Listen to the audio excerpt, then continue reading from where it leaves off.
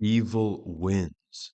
That's the message of a lot of modern horror movies. Evil comes out on top. And what it wins very often is a bride, a female protagonist who finally succumbs to trauma, whose journey ends in defeat. Bad endings are not unheard of in older examples of the genre, obviously, but it seems most recent influential horrors end up with the struggling protagonist losing, indeed, even becoming possessed by his or her, usually her, antagonist. So, on some level, this video is a rant against fictional depictions of the defeat of the human spirit at the hands of mental illness, obsession, pain, sorrow, hatred, abuse, brokenness, trauma, in a word, the demonic.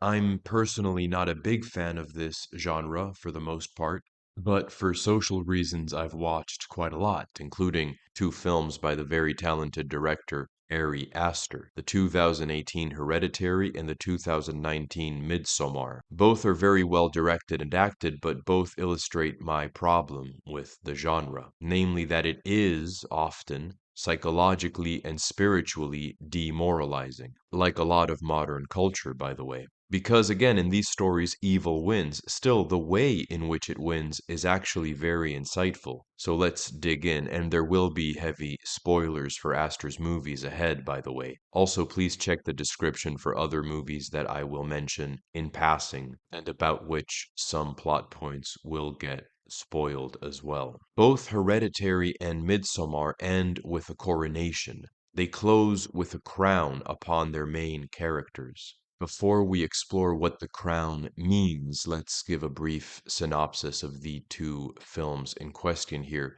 Hereditary deals with a family, Annie, her husband Stephen, and their two children, the older son Peter, and the younger daughter Charlie. It begins with them attending the funeral of Annie's estranged mother Ellen, and a little bit later, big brother Peter reluctantly takes Charlie to a party and, on account of his neglect together with some bad luck, she dies a very gruesome death. As the family languishes under the devastating weight of grief, it comes to light that Grandma Ellen was a cult leader, and that her god, a chieftain of hell, the demon Paimon, was possessing Charlie before the little girl's death. However, the demon would prefer a male body to serve as its host, and so, in course of the movie, the family dies in terrible ways, including Peter, and Paimon finally comes to inhabit the older brother's body, with Ellen's cult members emerging to worship him.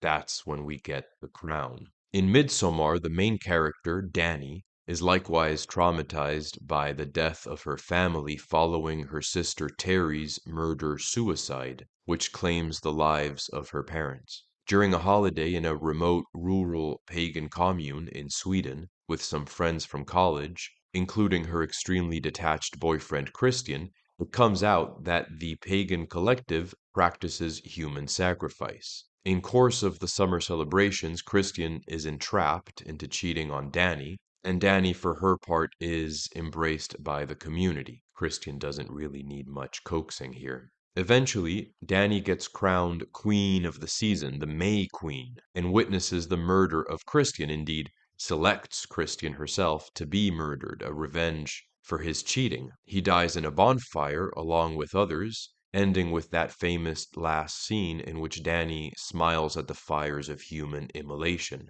And again, we get the crowning scene. This final, literally crowning scene tells us something about power and people, about ruling and relationship, how they can be twisted, the false crown and the false community. In these stories, trauma creates the need for relief, for catharsis. That's the starting point. And specifically trauma in the family, because it's the loss of organic kinship, of family ties, the breakdown of the home, of childhood's bonds of love, that delivers its characters into a new, artificial, perverted kind of family. And both the need for release after trauma and the need for a new family after the old one has disintegrated are met by means of blood, of violence. We may find some key insights here in the work of French theoretician René Girard, about whose ideas I've made a video. Girard maintained that watching a scapegoat suffer and die can provide emotional release for individuals and draw people together into communities. As disparate persons direct their pain and frustration towards a common source,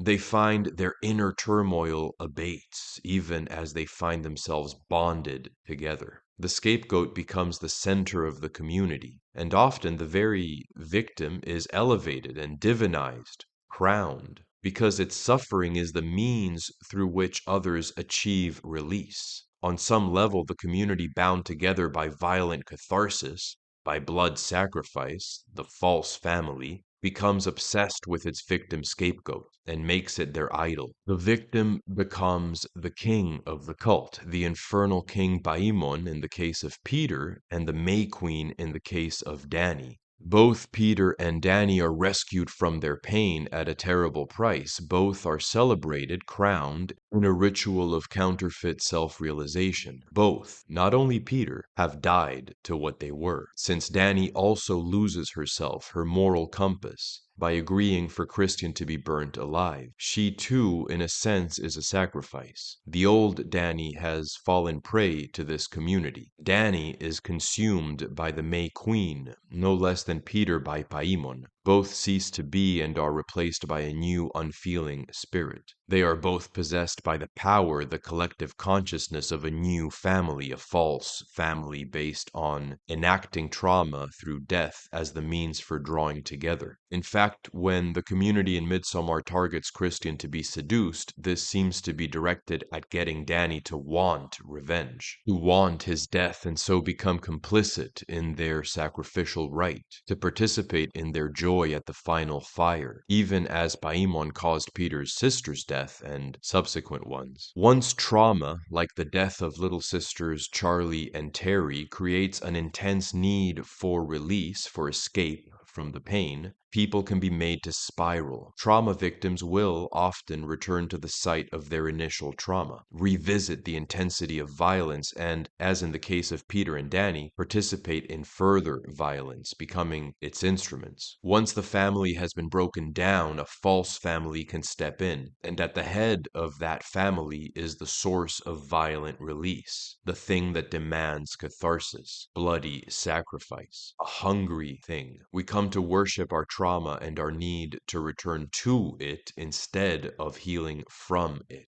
So these movies do a great job as allegories for how what we could call satanic authority, Satan meaning the enemy, whether we conceive of that as an external or internal reality, perverts human minds and human relationships, rips up human hearts and homes. Other films that have had an impact on the horror genre in recent years also quite often feature this very same pattern, in which evil forces seek to pry open a family, causing it trauma through the loss of one of its members or just taking advantage of a tragic event when it does happen. We can think of The Witch, directed by Robert Eggers, and Talk to Me by the Philippou brothers from 2015 and 2022 respectively. In both, trauma is the crack through which the demonic may insinuate itself into a family, offering the protagonist an escape from the pain, turning her against her family, and finally claiming her for itself. Only Hereditary features a male as final victim, by the way, which is interesting. What really defines a whole new trope in horror is that the older slasher movies' final girl figure, a last-ditch female survivor emerging as unlikely heroine after a mad onslaught by a killer, has been replaced by a possessed, defeated female character, a reluctant bride for dark forces beyond her control, we could say. This is the case in Midsommar, The Witch, Talk to Me, as well as others, like the underrated 2022 Smile by Parker Finn. But even in the case of Hereditary's Peter, the demon possessing him was in his little sister first, and it's also the case that his mother, Annie, is more of a protagonist than him anyway. It's by taking the sister and the mother that the family is undone. So the corruption of women is a particular priority. This is a recurring idea in religion and mythology as well. Evil wants a bride. The Bible speaks speaks of a special enmity between the serpent and Eve after the expulsion from Eden, and fallen angels come to seduce human females later in Genesis. In Indian tradition, the demon king Ravana kidnaps Sita, the beloved of Lord Rama. Norse mythology, Lady Idun, who guards the apples of immortality, is kidnapped by a malevolent giant. We could also cite Hades kidnapping Persephone, although that myth is more ambiguous and has a positive reading as well. The Bhagavad Gita has it that from evil in the family comes the corruption of women, and through this the breakdown of society. That seems to be the idea. So femininity in particular is being perverted, just as the family is attacked in order to give way to a false family. But why? Well, because the household's integrity is traditionally associated with the feminine. Its direction or head was male, but its cohesion and integrity was female. And there are other reasons as well to do with what we could call the metaphysics of gender, but that's beyond this video. By the way, trauma, family breakdown, and some form of blood offering as sacrificial repetition of the original trauma, where emotional release replaces true healing, are always the playbook for tyranny, for false authority, for family based not on love and kinship, but shared violence. This is so even today, even in the West. Again, that would make for another discussion. But this is why I'm arguing that these are good movies, but wrong stories. A story can be wrong in that its moral structure can fail. Horror, I'd maintain, should always end with the defeat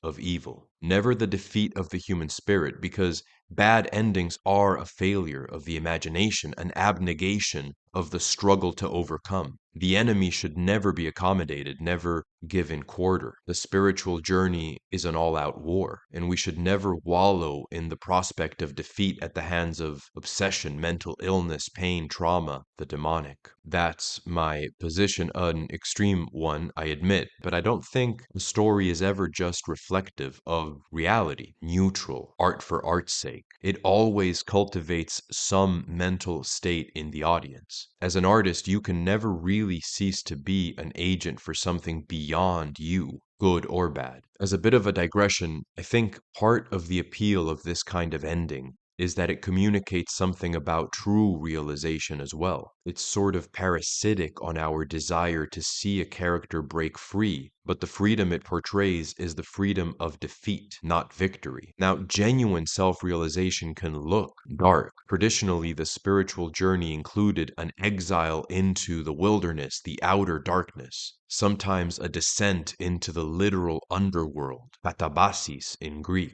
Descent, before an anabasis, ascent, and the hero was transformed by the underworld and came back with some part of it, some new energy. Heracles, Odysseus, Aeneas, the founder of Roman civilization, all descend into Hades at some point. Heracles redeems heroes who failed on their way, like Theseus. Odysseus receives knowledge on how to return home. Aeneas is given a future vision of his bloodline and its purpose. The dark element here is that upon emerging, they are, one could interpret, more steadfast, more effective, more ruthless. Odysseus will slaughter the pretenders occupying his home. Aeneas will conquer and establish himself in the Italian heartland, and so on. The hero often also wears a piece of the wild or the demonic beast that he has slain, like Siegfried defeating the dragon and drinking its blood. Odin in Norse myth descends into the underworld as well in some accounts, and his gaining of the mead of wisdom can be interpreted as following an underworldly descent.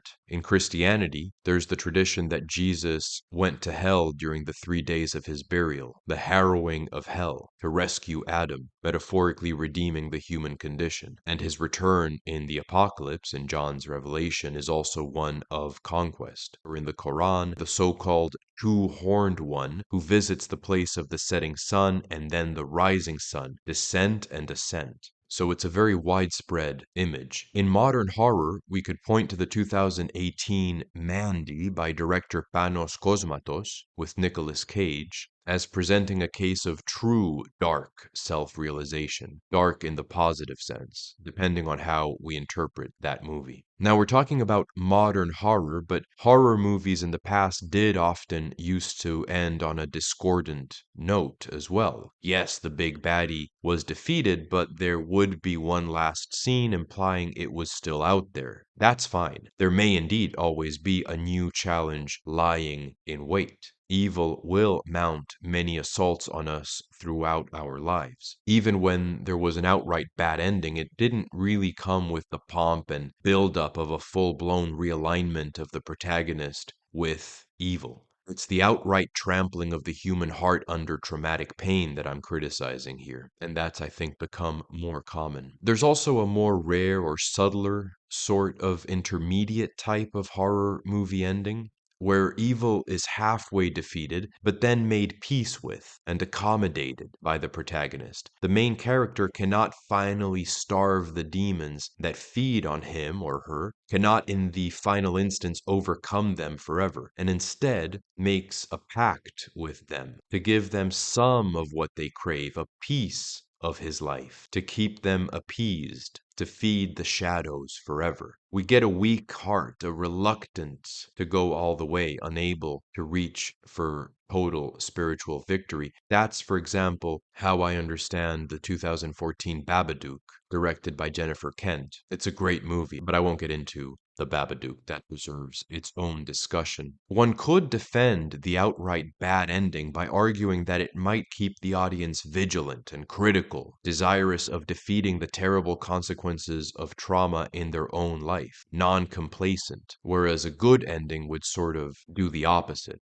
anesthetize them. That was Frankfurt School's Theodor Adorno's position, for example, when he rejected linear storytelling and resolution in fiction, even harmony in music. But again, to me, it's clear that if the bad ending has any impact, it's more often to demoralize, to create a sense, whether conscious or not, that evil, the enemy, again, whether thought of as psychological in the mind or as a force out there in the world, is a formidable power endowed of insurmountable energy, which the struggling individual, the protagonist, is ultimately powerless to resist. All the energies expended throughout the plot are for nothing, go to nothing, but to entertain the bottomless sadism of a demonic tormentor. That's demoralizing, principally. Now, there's also other examples of modern horror I haven't touched on. Jordan Peele's movies, recent Stephen King remakes, a whole slew of clown antagonists. And the above doesn't necessarily apply to all of these, but again, it does apply to some of the most influential recent films in the genre. Okay, just some Halloween appropriate thoughts. I hope that was interesting. Thank you very much for watching. Subscribe if you would like to, and a very happy Halloween.